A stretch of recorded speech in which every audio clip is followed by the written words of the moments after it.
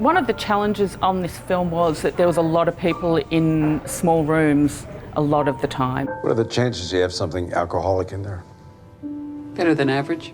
The coverage of those scenes was really important because it was particularly long script and long dialogue. CBS wants to appoint an independent panel to take a look at how the story is put together. We wanted to make sure that the time that we had was given to the performance. Stop worrying about me. No, well, that's not going to happen. You gotta protect yourself now. We all do.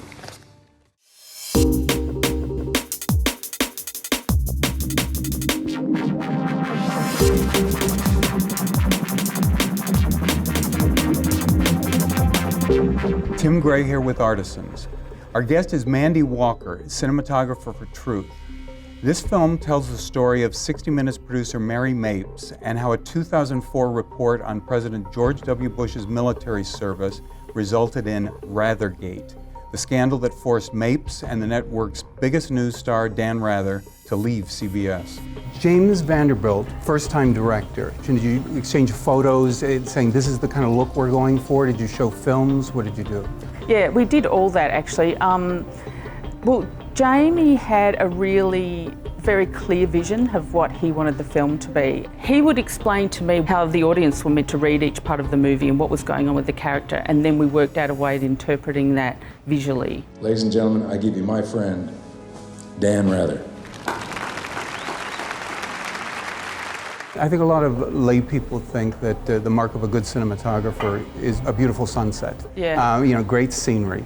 But a lot of people in the industry say it's the interiors that's the real telling point.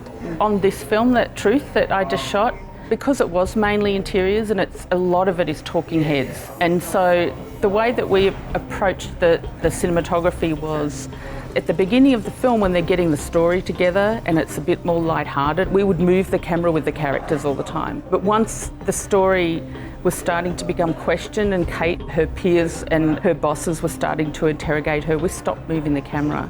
It was all about her in the frame, in the centre of the frame, and the other characters would be flanking her. And then we picked 2 or 3 moments where we did move the camera in a very, very subtle way to intensify the drama. We dropped the depth of field back and the lighting became more dramatic.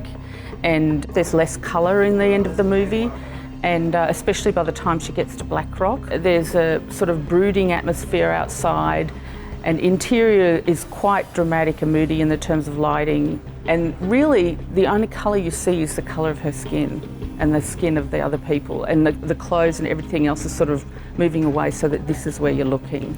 There's a lot of scenes with television monitors. Mm-hmm. For a layman, that seems like that would be kind of difficult to photograph. Well, because a lot of the televisions were CRT tube televisions and really old computers, we actually couldn't have the images on the screen because they were rolling. So a lot of the time, the screen was blank. There are, I think, a few scenes of Cate Blanchett at home watching her television screen. We had what we called a little TV light that we invented that was made of LED. It was like an LED panel that we would put different colours and have varying effects depending on what the footage was that we were replicating.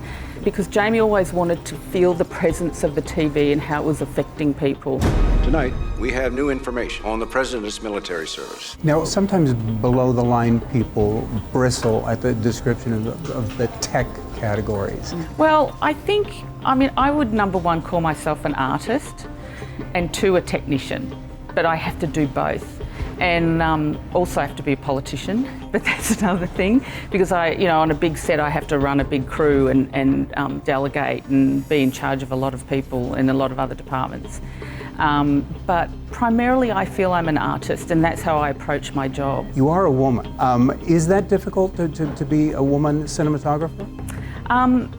Well, I know there's not many of us, which is a shame, and I don't know the reason why. I think it really comes down to tradition. I think that cinematographers have traditionally been males, and because there is no other reason. But it's getting more and more.